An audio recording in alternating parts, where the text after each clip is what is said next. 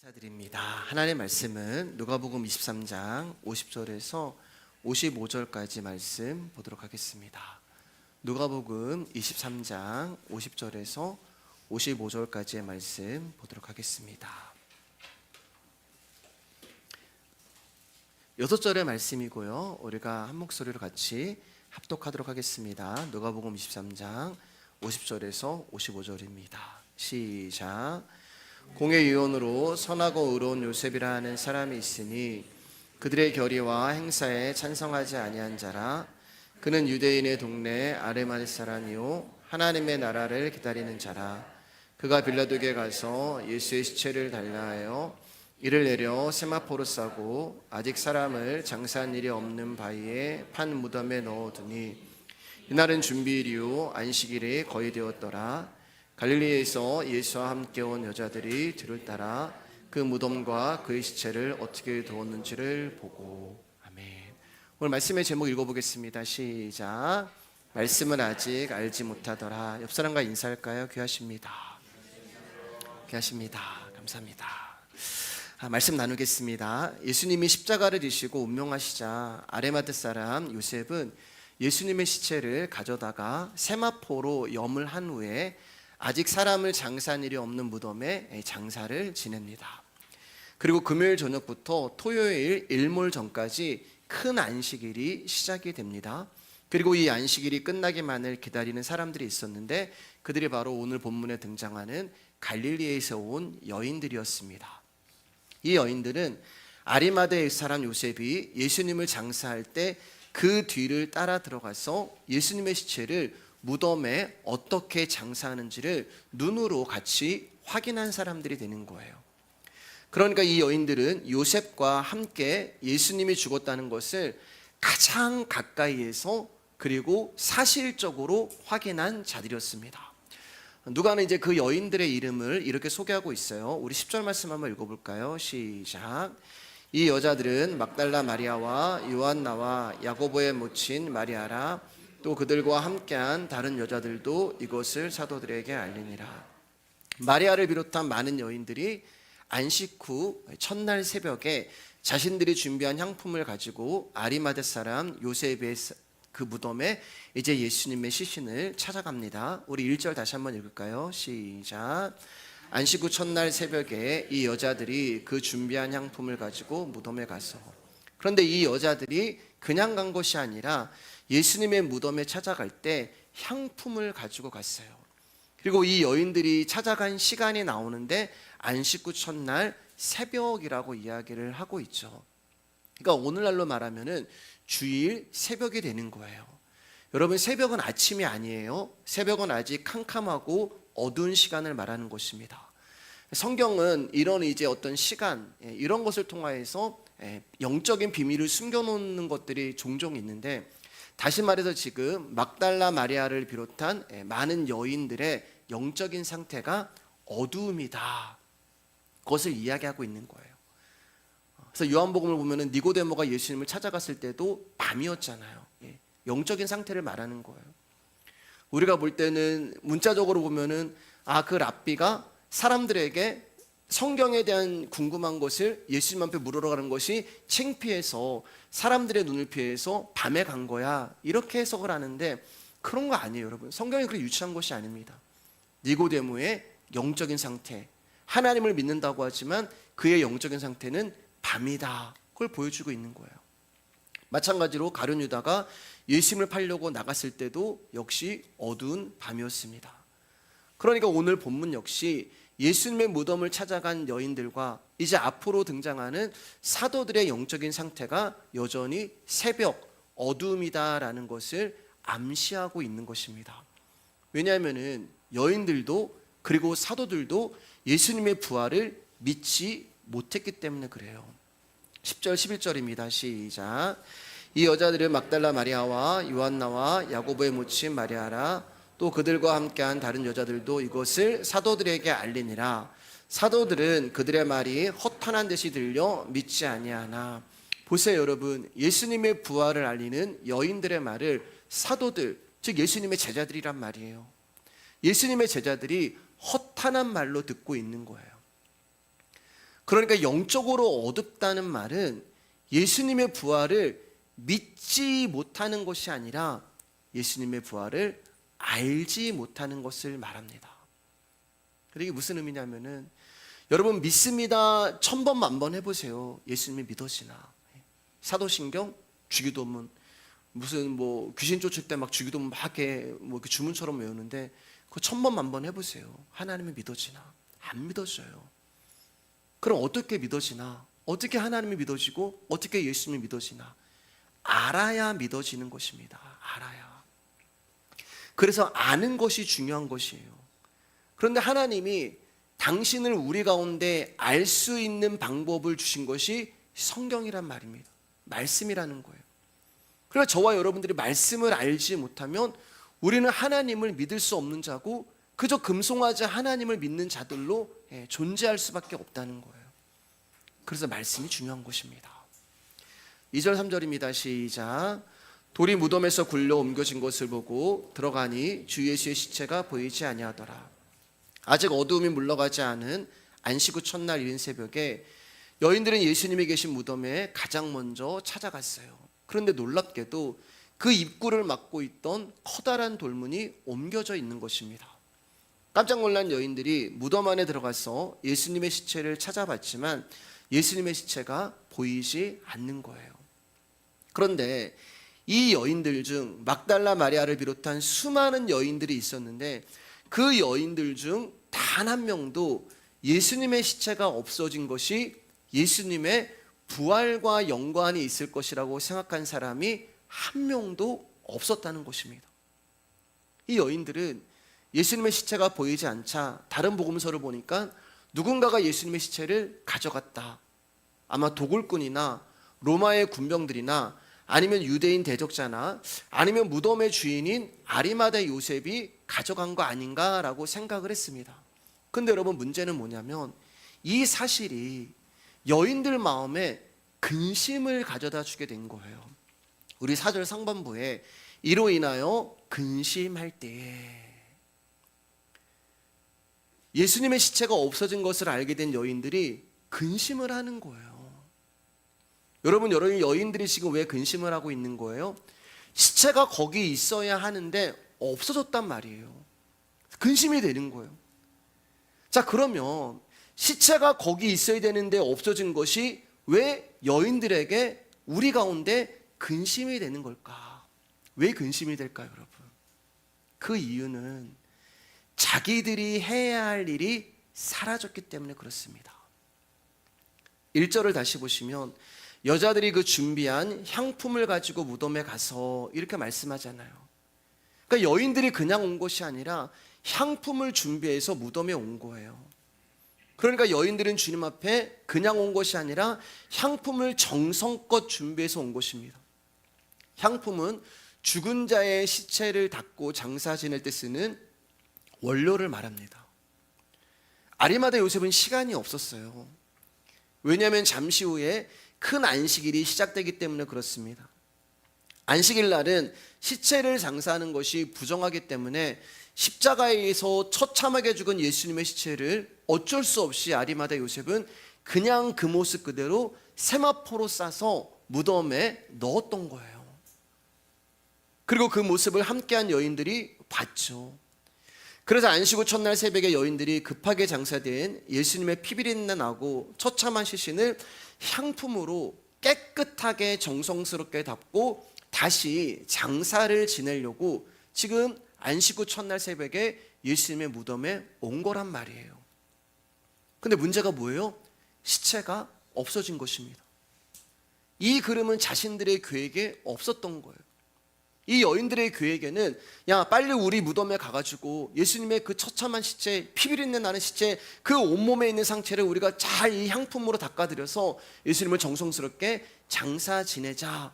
이게 여인들의 계획이었단 말입니다. 근데 시체가 없어졌어요? 이 그림은 여인들의 계획에 없었던 거란 말이에요. 즉 근심이 왜 찾아오냐? 나의 예상과 다른 결과가 눈앞에 펼쳐지면 근심이 오는 거예요. 내가 생각했을 때는 이렇게 돼야 돼. 이런 결과가 돼야 돼. 이런 모습이 나타나야 돼. 근데 전혀 내가 생각하는 일이 아니고 결과가 아니고 다른 모습이 나타났을 때 근심이 온단 말이에요. 무덤의 돌문이 닫혀 있어야 했습니다. 그리고 예수님의 시신은 그 안에 있었어야 되는데 그 닫혀 있어야 하는 돌문이 움직이고 있어야 할 시체가 없어진 거예요. 그러니까 내가 지금 예수님의 시신을 닫고 장사 지내려고 한 향품이 아무런 소용이 없어진 거예요. 내가 정성껏 준비한 그 모든 것이 쓸모가 없어지고 무용지물이 된 것입니다. 그래서 거기서 염려가 오고 거기서 걱정이 오고 거기서 근심이 오는 거예요. 내가 원하는 예수님이 거기 계셔야 되는데, 내가 원하는 대로 되어져야 되는데 그렇지 않기 때문에 염려와 근심이 옵니다. 그러면 반대로 생각해서 이 여인들이 근심을 안 하려면 어떻게 해야 되는 거예요? 이 여인들의 염려가 사라지려면 어떤 일이 있어야지 해요? 걱정이 없어지려면 예수님의 시체가 죽은 모습 그대로 거기 있어야 되는 거예요. 여러분 무슨 말씀인지 아시겠어요? 부활하시고 살아나신 예수님이 아니라 죽은 자의 모습, 그 모습 그대로 시체에 누워 계셔야지만 근심이 없어지고 염려가 없어지고 걱정이 없어진다는 말입니다.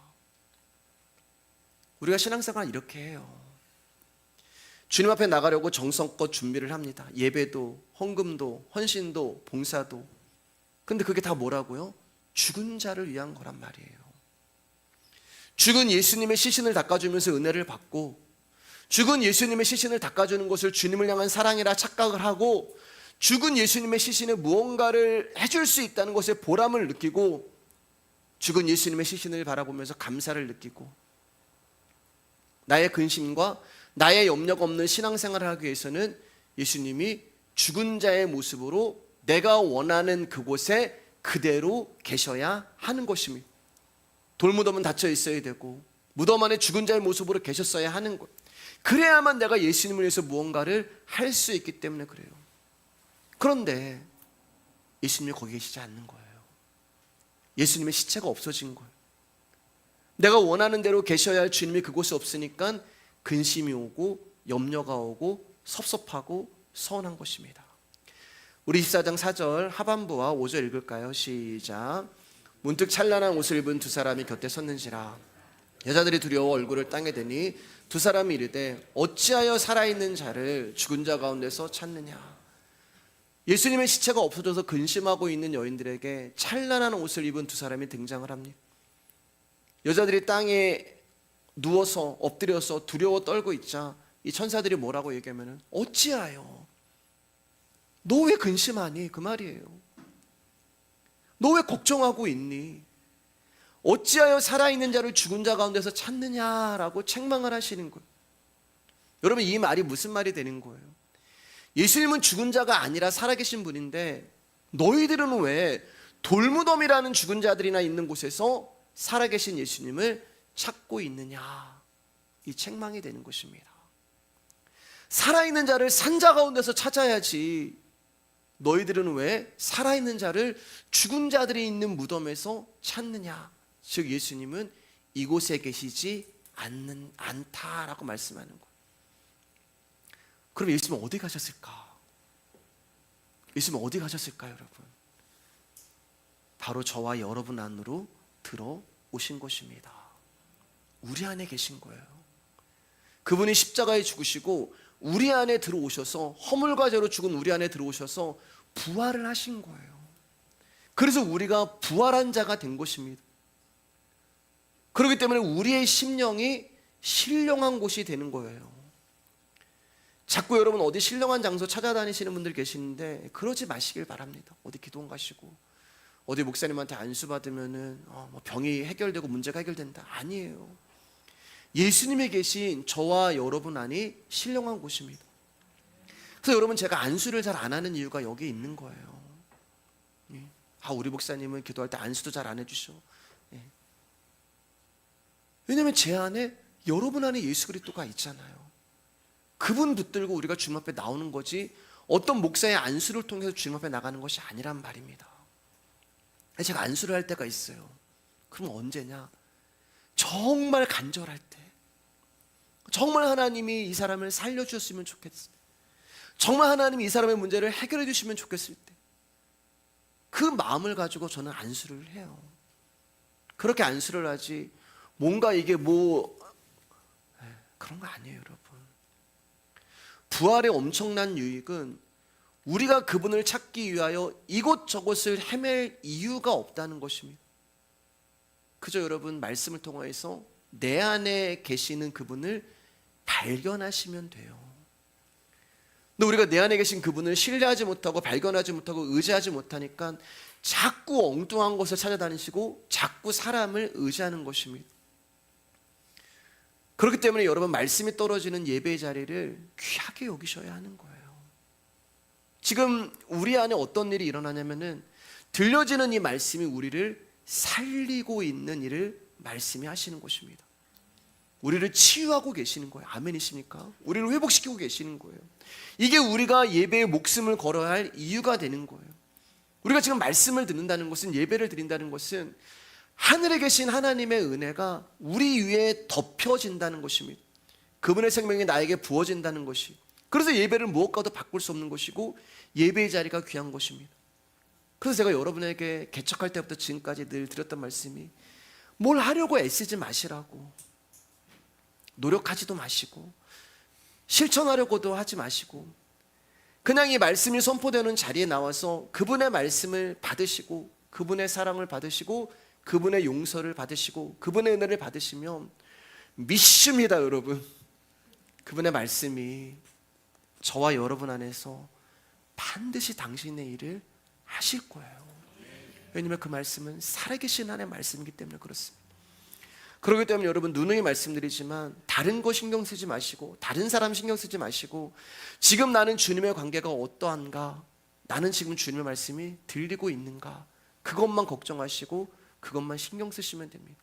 그러면 그 말씀이 반드시 내 심령을 찾아오셔서 나를 부수고 나를 깨시고 박살을 내시면서 결국에는 저와 여러분들을 그리스도의 장성한 분량으로 만들어 가실 거예요. 어두움에 빛이 오면 환해지는 거예요. 간단해요. 어둠은요, 불을 켜면 환해지는 거예요. 어둠에 예수님이 오시면 되는 거예요. 말씀이란 빛 앞에 어둠은 물러갑니다. 예수 이름으로 명하노니, 그런 거 하지 않아도, 막 힘을 주고 막 핏대를 세워서 그런 거 하지 않아도, 여러분 그분의 성령이 임재하시면, 말씀이 임하시면 어둠의 역사는 사라지는 거예요. 부활은 내 안에서 역사하시는 세미한 음성으로 말씀하시는 그분의 음성을 듣는 것이고, 내 안에서 거룩과 지혜의 사랑으로 찾아오시는 그분을 만나는 것이고, 내 안에서 나의 인생을 인도하시고 주장하시는 그분의 계획과 섭리를 인정하고 순복하는 거예요. 내 안에 계신 그분의 귀로 듣는 것이고, 우리가 우리의 귀로 듣는 게 아니에요, 여러분. 여러분, 우리의 귀로 이 말씀이 어떻게 들려요? 이 복음은 무스테리온이라고 얘기해서 비밀이란 말입니다. 비밀. 야, 이거 비밀인데 너한테만 알려줄게. 모든 사람이 알고 있는 것은 비밀이 아니에요. 우리 강혁이랑 현정이가 이제 저를 찾아왔습니다. 찾아와서 작년에 찾아왔나요? 2년 전에, 작년에 찾아왔죠. 그래서 이제 목사님 맛있는 거 사주고 차를 먹으면서 쭈뼛쭈뼛 하고 있어요. 강혁이가 용기를 내서 말합니다. 목사님, 사실 저희가 이렇게 찾아온 것은, 그래서 제가 얘기했어요. 너무 답답해서. 둘이 사귄다고? 어떻게 하셨어요? 그렇게 얘기하더라고요. 네. 교회는 두 사람만 모르고 다 알아요. 이게 교회의 특징이에요. 그래서 제가 그 말 듣자마자 결혼해, 그렇게 얘기했어요. 빨리 결혼해. 할 수 있으면 올해 결혼하고, 할 수 없으면 내년에 결혼해. 근데 하나님 우리 가운데 들려주신 것은, 다른 사람은 몰라요. 비밀이야. 그 사람만 아는 거예요. 이게 복음이에요. 이게 하나님 말씀. 여러분, 말씀은 사람의 어떤 동화책이나 소설책이 아니란 말입니다. 그렇게 보니까 니고데모가 밤에 찾아가서 사람들을 창피해서 이렇게 해석이 되는 거예요. 근데 이 말씀은 하나님 나라의 언어란 말입니다. 하늘나라의 언어가 땅을 살아가는 우리가 어떻게 알아요? 근데 신기한 것은 저와 여러분들이 이 말씀에 믿어지는 거예요. 왜요? 그 부활하신 예수님이 당신의 귀로 우리 안에서 듣게 해주시고, 그 부활하신 예수님이 당신의 눈으로 보게 해주시고 그 부활하신 예수님이 내 안에서 당신의 마음으로 느끼게 해주시기 때문에 그렇습니다. 이게 부활의 실체가 되는 거예요. 6절 7절입니다. 시작. 여기 계시지 않고 살아나셨느니라. 갈릴리에 계실 때 너희에게 어떻게 말씀하셨는지를 기억하라. 이르시기를 인자가 죄인의 손에 넘겨져 십자가에 못 박히고 제3일에 다시 살아나야 하리라 하셨느니라 하는데, 여러분, 예수님의 부활은 기독교의 핵심 중에 핵심인 사건입니다. 그 이유는 예수님의 부활이 없다면 기독교라는 것 자체가 존재할 수 없기 때문에 그래요. 그러면 이처럼 중요한 예수님의 부활을 성경이 좀 더 상세하고 극적으로 다뤘으면 얼마나 좋았을까. 가령 예수님이 부활하시는 장면을 많은 사람들이 모이는 자리에서 보여주셨다면 얼마나 많은 사람들이 예수님을 믿었을까. 좀 더 사실적이고 극적인 분위기로 복음이 전파되지 않았을까. 또 우리는 이런 생각했죠. 십자가. 예수님의 십자가 너무 아팠어. 예수님이 못 박힐 때 얼마나 아프셨을까. 그 고통 얼마나 처절했을까. 근데 여러분, 그거 아세요? 우리가 그렇게 생각하는 십자가가 성경에는 다 이루었다, 그거 한 줄로 끝이에요. 십자가가 그렇게 중요하면은 여러분, 창세기부터 요한계시까지 다 십자가만 내용이 있어야 돼요. 부활이 중요하다면 창세기부터 계시록까지 부활만 이야기만 있어야 돼요. 성경은 뭐라고 얘기해요? 여기 계시지 않고 살아나셨느니라. 이게 누가복음에서 말하는 부활의 전부예요. 이거 한 줄이에요.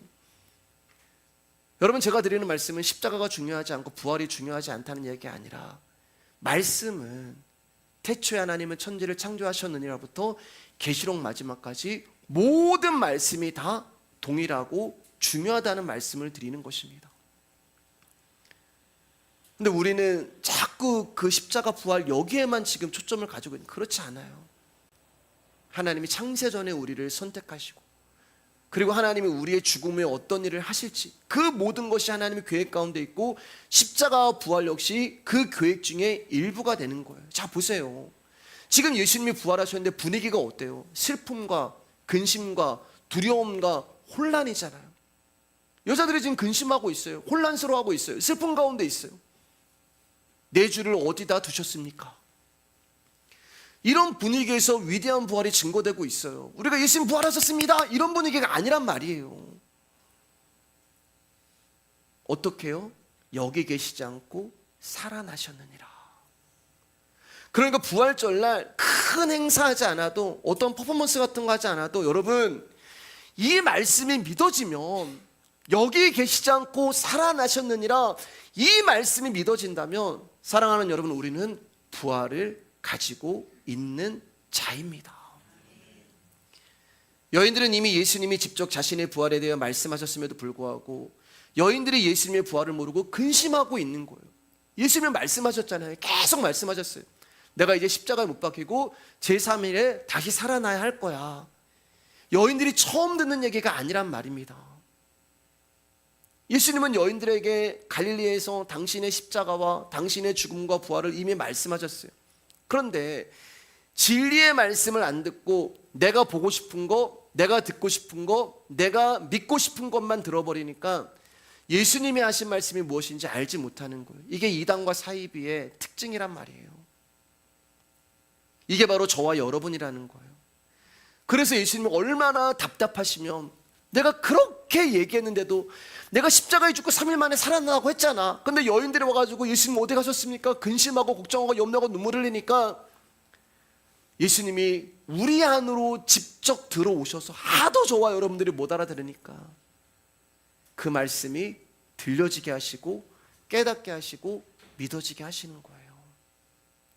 나라는 존재가 내 안에서 주인일 때는 말씀을 듣는 것으로 끝이 났습니다. 그렇기 때문에 잊어버리는 거예요. 말씀이 내 심령에 뿌려지는 것 같지만 새들이 와서 먹어버리는 거예요. 한 귀로 듣고 한 귀로 사라지는 것입니다. 그래서 여인들이 지금 갈릴리에서 하신 말씀을 기억하지 못하고 또 내가 주인이 되니까 내가 준비한 것을 가지고 예수님 앞에 나가는 거예요. 그러나 그분이 내 안에 영으로 계시면, 여러분, 내가 말씀을 듣는 것이 아니라 그분의 영이 말씀을 들리게 해주시는 것입니다. 8절 9절입니다. 시작. 그들이 예수의 말씀을 기억하고 무덤에서 돌아가 이 모든 것을 11사도와 다른 모든 이에게 알리니. 여인들은 예수님의 시체를 찾은 것도 아니고 부활하신 예수님을 만난 것도 아닙니다. 그저 두 천사가 들려주는 여기 계시지 않고 살아나셨다라는 말씀만 들었을 뿐이에요. 그런데 그 말씀이 갈릴리에서 자신들에게 십자가의 죽음과 부활에 관하여 들려주시는 예수님의 말씀을 기억나게 해주신 거예요. 말씀이 말씀을 기억나게 해주시는 거예요. 사실 여인들은 이 두 천사에게 들은 이 말이 처음 듣는 말이 아니라 이미 예수님에게 들었던 내용이었단 말입니다. 그 말은 인자가 죄인의 손에 넘겨져 십자가에 못 박히고 제3일에 다시 살아나야 하리라. 말씀이 말씀을 기억하게 해주니까 여인들이 그제서야 예수님의 말씀이 떠오르기 시작한 거예요. 여자들은 예수님의 말씀을 잊고 있었습니다. 예수님의 죽음을 목격하고 확인했으면서도 인자가 죄인의 손에 넘겨져 십자가에 못 박힐 것이다라는 말씀이 기억났을 법도 한데, 그러면 제3일에 다시 살아날 거야 이렇게 가야 되는데 예수님 말씀을 아예 잃어버린 거예요. 십자가에 죽는 것을 보면서 정말 예수님 말씀하신 대로 예수님이 십자가에 못 박히네? 그러면 예수님이 3일 후에 부활하실 거야. 말씀을 들었는데도, 그리고 그 말씀이 지금 말씀대로 이루어지고 역사를 보여줌에도 불구하고 기억하지 못하는 거예요. 왜일까요, 여러분? 왜 말씀이 우리의 삶 가운데 이렇게 능력이 없을까요? 그것은 현실이라는, 예수님이 죽었어, 이 현실 있잖아. 내가 믿는 예수님이 죽었어, 이 현실에 매몰되어 절망에 갇혔기 때문에 그래요. 우리도 마찬가지입니다. 수많은 성경의 말씀을 들어요. 수많은 설교를 듣습니다. 여러분의 기억에도 예수님의 죽으심과 부활에 대한 말씀이 있을 거예요. 재림과 세상 끝에 대한 말씀도 기억에 있을 것입니다. 근데 우리가 삶을 살아갈 때는 그 말씀을 기억하지 못하고 살아간단 말이에요. 무덤에서 시체가 사라졌다는 현실에 부활에 대한 말씀을 잊고 근심하고 있는 여인들처럼 말씀을 안다고 이야기를 하지만 우리들의 현실은 그 말씀을 잊고 살아가는 거예요. 그러니까 불안이 오고 염려가 오고 근심이 오는 것입니다. 십자가에 못 박혔네? 예수님 말씀대로 했네? 그럼 예수님이 부활하셨어. 이 말씀을 잊어버리니까 염려와 근심이 오는 거예요. 이런 우리에게 말씀이 하는 일은 어떤 일을 해요? 그 말씀을 다시 기억나게 해주시는 거예요. 그래서 여러분, 우리는 주님 앞에 가는 그 순간까지 계속 말씀을 들어야 하는 자들입니다. 그리고 그 말씀을 사실로 받아들이며 말씀이 증거하는 생명의 세계를 바라보게 하는 일이 말씀이 하는 능력이에요. 말씀이 여인들 안에서 이제 일을 하니까, 말씀이 말씀을 떠오르게 하니까 여인들이 그 자리에 있을 수가 없었어요. 왜냐하면 예수님이 부활하셨거든요. 이게 이제 여인들 가운데 믿어졌거든요. 더 이상 죽은 자들이 있는 무덤에 머무를 수가 없었습니다. 그래서 여인들이 무덤에서 나와 이제 부활하신 예수님이 믿어진 여인들이, 말씀을 통하여서 부활하신 예수님이 믿어진 여인들이 사도들을 향하여서 다시 달려가기 시작합니다. 여러분 보세요. 지금 누가 일하고 있어요? 여인들이 일하는 거 아니에요. 우리들은 믿음이 없는 자들이에요. 근데 말씀이 기억나게 하시고 말씀이 일을 하고 계시는 거예요. 여러분, 여인들이 예수님의 부활을 믿게 되고 그 사실을 사도들에게 전하는 과정을 한번 보세요. 부활이라는 엄청난 사실을 믿고 전하는 그 일에 소위 신비적인 사건이나 신비적인 현상이나 기적이나 체험이라는 것이 있나요? 없어요. 뭔가 대단한 그런 게 없어요. 눈앞에서 어떤 기적이 일어나고 신비한 현상이 일어나고 환상을 보는 게 없어요. 예수님이 부활하신 모습을 직접 보지도 못했어요. 그런데 여기 계시지 않고 살아나셨느니라, 그 말씀이 믿어지는 거예요. 여러분, 만약에 우리가 이 자리에 있었다면 보편적으로 이 천사의 말을 들었다고 했을 때 여기 계시지 않고 살아나셨느니라, 그럼 우리는 어떤 반응을 보이냐면은, 정말요? 어디 계신데요? 그러면서 우리는 그 예수님을 확인하고 싶어 합니다. 이게 상식이에요. 근데 오늘 본문을 보니까 이 말씀이 믿어진 자들은 그러한 확인이 필요가 없는 거예요. 왜냐하면 예수님의 말씀을 기억하게 되었기 때문에 그렇습니다. 다시 말해서 자신의 눈으로 예수님을 확인하는 것보다 예수님의 말씀이, 즉 눈에 보이는 어떤 것보다 들려지는 예수님의 말씀이 더 분명하고 확실한 진리가 되기 때문에 그래요. 말씀을 기억하는 것, 그거 하나만으로 충분했기에 여인들은 예수님의 부활을 눈으로 확인할 이유가 없었단 말입니다. 오늘날 소위 교회의 성장 전문가라 자처하는 사람들이 있습니다. 여러분, 근데 그들이 이구동성으로 하는 말이 뭔지 아세요? 말씀으로는 부족하다는 거예요. 말씀만으로는 뭔가 좀 부족하다라는 거예요. 때문에 말씀만으로 부족한 기독교를 구원군이 와서 도와줘야만 교회가 부흥하고 성장할 수 있다고 이야기해요. 그러면 그 사람들이 말하는 구원군은 무엇이냐? 바로 교회 성장에 필요한 프로그램이나 효과적인 방법을 이야기합니다. 여러분, 그게 뭐냐면 다 눈으로 보이는 것들이에요. 그 프로그램이 눈으로 보이는 것이고 그 효과적인 방법이 눈으로 보이는 것들이에요. 보여주니까 사람들 가운데 확신을 주는 것입니다. 아, 이 교회는 이런 것도 있고 이 교회는 이런 것도 하네, 믿을만 하네. 근데 여러분, 여인들이 눈으로 봤나요? 그렇지 않다는 거예요. 그래서 저는 이들의 주장에 동의하지 않습니다. 오히려 저는 보여지는 프로그램이나 보여주는 방법이 기독교의 구원군이 아니라 기독교를 더 큰 위기에 빠뜨리게 만드는 위기군이라고 말하고 싶어요. 여러분, 이런 제 고집 때문에 사람들에게 참 저 목사 고집 세다, 참 자기 주장 강하다, 참 유별나다라는 소리를 듣기도 합니다. 그래서 때로 외롭기도 해요.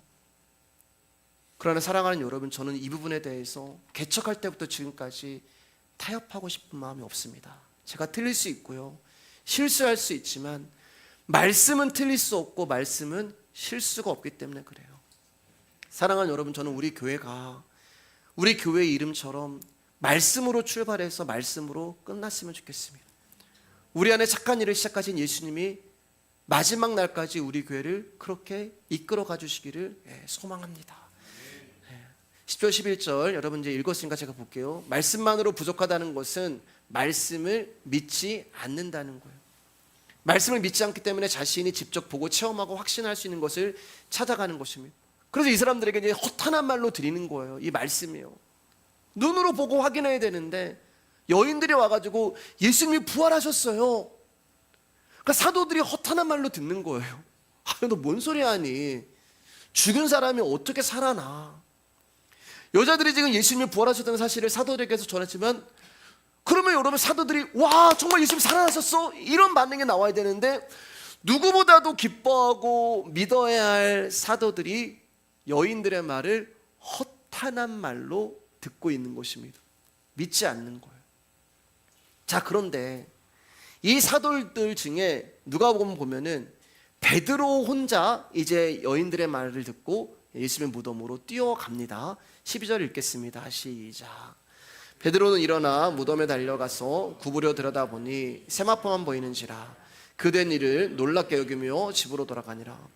베드로가 달려갔다는 말은 여인들이 말했던 무덤이 열리고 예수님의 십체가 없어졌다는 말을 심각하게 들은 거예요. 당시 무덤은 바위를 파서 만들었는데 입구는 어른이 고개를 숙이고 허리를 구부리고 들어갈 정도로 낮았고 그 안에는 이제 높았어요. 그래서 여기 보면 무덤을 이제 구부려 들여다봤다 이렇게 이제 표현이 되고 있는 것입니다. 자, 그런데 여인들의 말처럼 정말 예수님의 시체가 거기 없는 거예요. 그리고 세마포와 머리를 쌌던 수건만 남아있는 것을 보게 됩니다. 요한복음 2장 7절입니다. 시작. 너 머리를 쌌던 수건은 세마포와 함께 놓이지 않고 딴 곳에 쌌던 대로 놓였더라. 세마포는 시신을 할 때, 염할 때 꽁꽁꽁 몸을 싸는 천을 말하는 거고, 수건이라는 것은 시신의 입이 벌어지지 않도록 턱부터 해가지고 얼굴을 싸고 정수리에서 나선형으로 둘둘 감을 때 필요한 거예요. 자, 그런데 지금 시체가 없고 세마포와 수건만 딱 있는 거예요. 그러니까 이 모습은 뭐냐면은 예수님의 몸이 사라진 거예요. 예수님의 몸은 쏙 빠져나오고 여기에는 수건만 있고 여기에는 세마포가 있고, 그리고 두 천사가 한 명은 수건 있는 쪽에 한 명은 세마포 있는 쪽에 이렇게 있는 거예요. 12절 말씀, 요한복음 20장 12절 말씀 읽어볼게요. 시작. 흰 옷 입은 두 천사가 예수의 시체에 누웠던 곳에 하나는 머리편에 하나는 발편에 앉았더라. 요거 잠깐만 설명하고 다시 이제 본문 들어가 보도록 하겠습니다. 말씀 준비하다가 이 부분에 짧게 좀 설명을 해드려야 될 것 같아서, 구약을 보면 이스라엘이 하나님께 제사를 드릴 때 희생의 제물의 피를 가지고 지성소로 들어와서 언약궤의 뚜껑에 그 제물을 뿌립니다. 여러분, 우리가 이제 언약궤를 법궤라고도 이야기하는데, 여러분, 법궤라는 말은 성경에 딱 한 번밖에 안 나와요. 언약궤예요, 언약궤. 예. 언약궤 뚜껑에 그 제물의 피를 뿌리면 이스라엘 죄가 용서를 받았습니다. 그래서 이 언약궤의 뚜껑을 은혜가 베풀어지는 자리라 해서 시은 자, 죄가 용서받는 자리라는 속죄소라고 그렇게 불렸어요. 근데 그 뚜껑이 어떻게 생겼냐 하면은 그 뚜껑 위에 양쪽 끝에 이렇게 천사가 있어요. 예. 이 그룹이라고 얘기한단 말입니다. 그러니까 법궤 뚜껑에 이쪽에 천사가 있고 이쪽에 천사가 있는 거예요. 그러니까 이 그림이 오늘 지금 요한복음 20장 12절에 나타나고 있는 거예요. 천사들이 예수님이 시신이 있던 그 양 끝에 앉아 있는 것입니다. 그리고 지금 예수님의 죽음으로 말미암아 우리의 죄를 용서하시고 구원이라는 은혜가 베풀어 주시는 그 시은 자와 속죄소의 은혜가 지금 예수님이 우리 가운데 그대로 말씀이 보여주고 있는 거예요. 자, 그러면 베드로는 지금 엄청난 것을 보고 있는 거예요, 여러분. 시체가 없어진 것을 보게 됐고, 구약에 있는 그 언약궤의 뚜껑에 있는 두 천사가 임재하는 것을 보고 있단 말입니다. 그럼 베드로의 반응이 어땠어야 될까? 여러분이 베드로라면 어떻게 하시겠어요? 여인들의 말을 듣고 단숨에 예수님의 시체가 있는 무덤으로 달려왔습니다. 그리고 예수님의 시신이 없는 것과 빈 무덤을 보았어요. 그리고 구약의 언약궤의 약속이 어떻게 이루어지고 있음을 두 천사를 통하여 보게 되었습니다. 우리는 천사만 봐도 난리가 날 거예요. 그럼 이 모든 것을 보고 있는, 경험하고 있는 베드로가 소리 지르고 할렐루야! 흥분하고 감사하고 찬양하고 눈물 흘리고 예수님 정말 살아나셨습니다라고 기뻐해야 하는 거 아닌가요? 그리고 사도들에게 다시 와서, 야, 여인들의 말이 맞아. 정말 예수님이 부활하셨어. 그리고 그들에게 예수님의 부활을 증거하고 사람들에게 가서 예수님의 복음을 증거해야 되는 거 아닌가요? 그런데 베드로는 우리가 당연히 상상하는 모습을 보여주는 것이 아니라 전혀 생각하지 않은 의의 모습을 보여줍니다. 다시 한번 누가복음 20장 12절 말씀 가운데 그 된 일을 놀랍게 여기며 집으로 돌아가니라. 예수님 부활하셨네? 예수님 시체 없네? 그리고 집으로 돌아갔어요. 왜 집으로 돌아갔는지 아세요, 여러분? 고기 잡으러 갔어요. 먹고 살기 위해서. 예수님 죽었으니까 난 이제 먹고 살아야 돼. 다시 디베라 바닷가로 가서 고기 잡으러 간 거예요. 이게 집으로 돌아가니라. 그 된 일을 놀랍게 여겼다면은 예수님의 부활을 믿는 거란 말입니다. 시체가 없고 세마포와 수건을 보고 두 그룹을 보고 그 예수님의 부활을 믿었어야 돼요. 천사가 있네? 예수님의 시체가 없네? 와, 놀라운 일이 일어났다. 결과는 뭐라고요? 집으로 돌아간 거예요. 그러면 여러분, 우리가 여기서 무엇을 알 수 있냐? 눈앞에 일어난 일을 놀랍게 본 것이지 믿음이 아니란 말이에요. 즉 베드로는 눈앞에 일어나는 현상을 믿은 것이고 그 현상에 대한 자기 확신으로 놀라움으로 보여지는 것뿐이에요. 즉 무언가를 보고 자기의 의지를 발동해서 나는 믿어, 나는 확신해. 그건 믿음이 아니란 말입니다. 확신은 믿음이 아니에요. 베드로가 지금 그 모습을 보여주고 있잖아요, 여러분. 베드로는 눈으로 보고 있습니다. 눈으로 보고 믿는 거 누가 못 믿어요. 그런데 눈으로 봤으면서도 믿지 못하는 거예요. 왜 여러분? 믿음은 눈으로 보고 믿어지는 것이 아니라 들음으로 말미암아 보게 되기 때문에 그렇습니다. 그리고 그 들음은 하나님의 말씀이기 때문에 그래요. 여러분 눈앞에 어떤 기적과 이적과 신비한 현상이 일어나면은 여러분 예수님 향한 믿음이 생길 것 같으세요? 어떤 분들 그런 말 많이 한단 말입니다. 내가 정말 어떤 기적을 경험하면 내가 예수님 믿을 텐데. 내가 어떤 놀라운 체험을 하면 내가 하나님 정말 잘 섬길 건데. 아니요. 여러분, 우리라는 존재는 예수님이 이 자리에 딱 나타나셔가지고 내가 예수다 이렇게 하셔도 그럼 우리는 믿지 않는 자들이에요. 그 모습을 보여주잖아요. 부활하신 예수님이 제자들에게 나타났습니다. 평강이 있을지어다 이렇게 나타나셨어요. 근데 예수님이 제자들을 귀신으로 생각을 합니다. 그러자 예수님이 두려워하는 제자들 가운데 얘들아 나 귀신 아니야. 나 너희들 스승 예수가 맞아. 내가 부활했다. 내가 너희들에게 말씀 전한 대로 내가 부활했다. 와서 내 손과 발을 만져봐라. 그래도 제자들이 의심을 하는 거예요. 두려워하는 거예요. 그러니까 예수님이 이제 생선까지 구워주시면서 제자들과 교제를 하십니다. 그러니까 조금 이제 예수님이 믿어지는 거, 부활하신 예수님이. 근데 그 자리에 도마가 없었거든요. 그러니까 도마가 부활하신 예수님이 자신들에게 나타나셨다는 다른 제자들의 말을 믿지 못하는 거예요. 자, 내 눈으로 확인하기 전까지는 난 믿을 수 없어. 내가 그의 손에 못자국을 보며 내가 그 손가락을 그 못자국에 넣으며 내 손을 그 옆구리에 넣어보지 않고서는 난 도저히 믿을 수 없어. 그리고 도마의 말이 끝난 후 여들에 있다가 예수님이 도마와 제자들에게 다시 나타났죠. 얼마나 답답하시겠어요. 아유, 저는 또 나를 봐야지 믿는다고 하네. 또 나타나신 거예요. 도마에 너 이리 와봐. 너 내가 지난번에 왔을 때 너 잘도 말도 하더라. 야, 그럼 확인해봐. 날 만져봐. 나 부활했어. 네 손 한번 나한테 넣어보고 네 말대로 옆구리 한번 손 넣어볼래? 그 도마만 하니까 제자들도 지금 보고 있는 거예요. 똑같이요. 그래 예수님 눈으로 유명한 말씀하시잖아요. 너는 나를 본 거로 믿느냐? 보지 못하고 믿는 자들은 복되도다. 눈으로 보고 믿으면 믿음이 아니라는 거예요. 그리고 40일 동안 수시로 제자들 가운데 나타나서 야, 나 부활했다. 나 부활했다. 한 번도 500명 형제가 있는 자리에 나타나시고 나 부활했다. 나 부활했다. 근데 여러분 무슨 일이 일어난지 아세요? 그 예수님을 봤으면서도 부활하신 예수님을 경험했으면서도 베드로가 야, 나는 고기나 잡으러 갈랜다. 나는 다시 어분하면서 먹고 살아야겠다라고 나가버리니까 다른 제자들도 다 베드로 따라 나간 거예요. 이게 우리예요, 여러분. 부활하신 예수님이 오셔서 우리 가운데 보여주셔도 우리는 믿지 않아요. 내 눈앞에 엄청난 기적과 역사와 현상, 심지어 예수님이 나타나셔도 그게 우리를 향한 하나님의 믿음의 세계로 끌고 갈 수 없다는 말입니다. 그럼 무엇이 우리 가운데 진짜 믿음을 주는가? 말씀을 아는 것입니다. 여러분, 제가 오늘 말씀을 시작하면서 여인들과 제자들이 영적인 어두운 이유에 대해서 말씀을 드렸잖아요. 그들이 영적으로 어두운 것은 예수님의 부활을 믿지 않은 것이 아니라 예수님의 부활을 알지 못했기 때문에 그렇다고 말씀드렸어요. 요한복음 20장 9절입니다. 시작.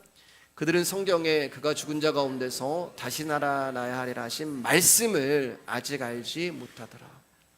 부활을 믿는데 부활을 알지 못하는 거예요.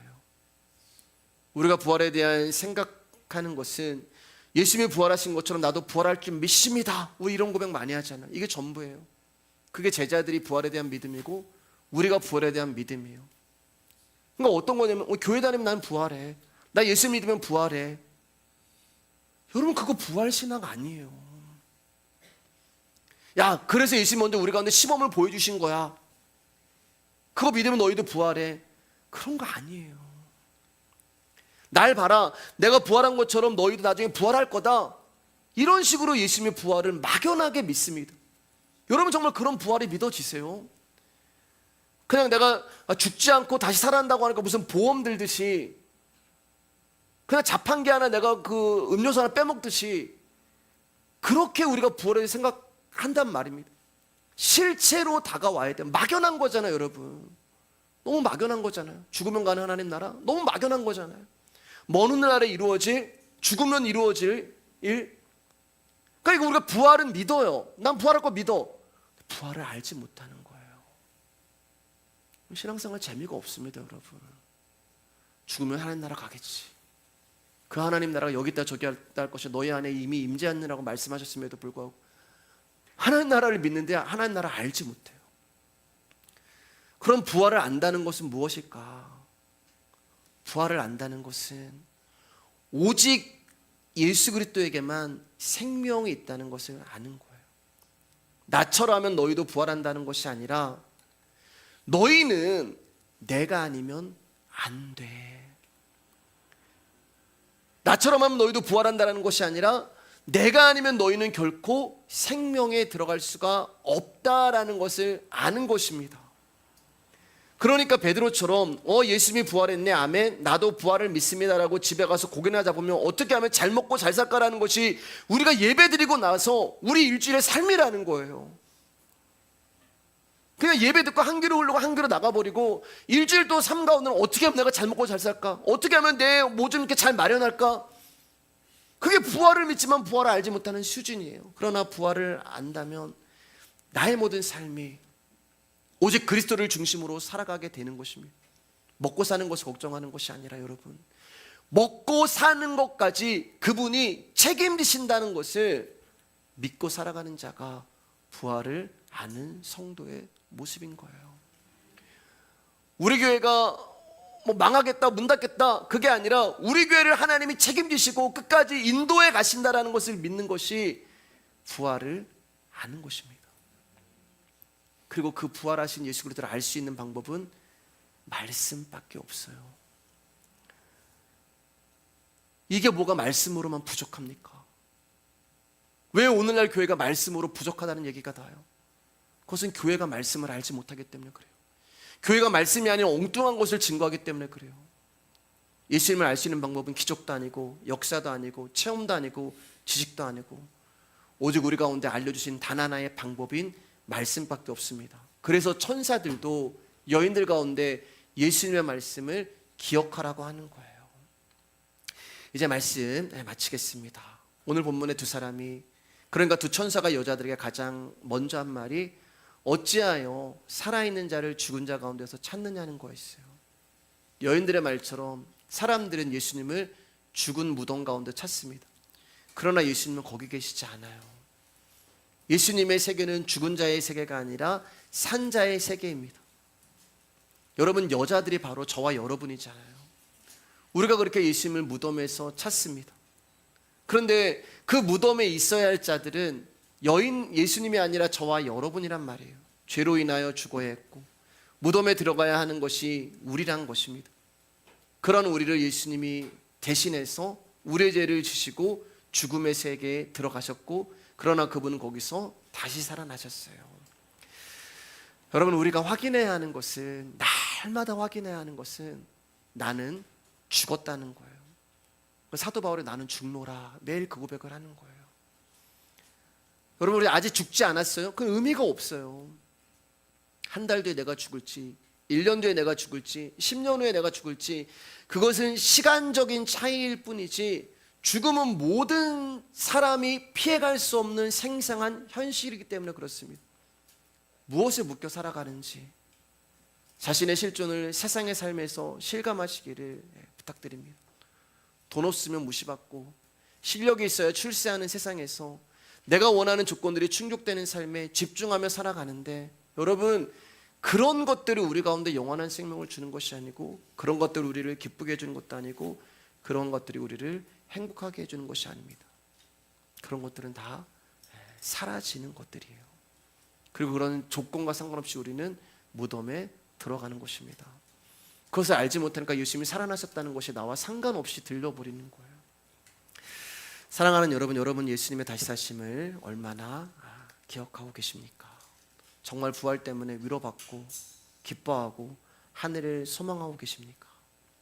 지금 여러분의 형편이 어떠하든지 우리의 실존을 확인하시고 말씀으로 인도하시는 그 생명의 빛으로 채워주시길 주님의 이름으로 축복합니다.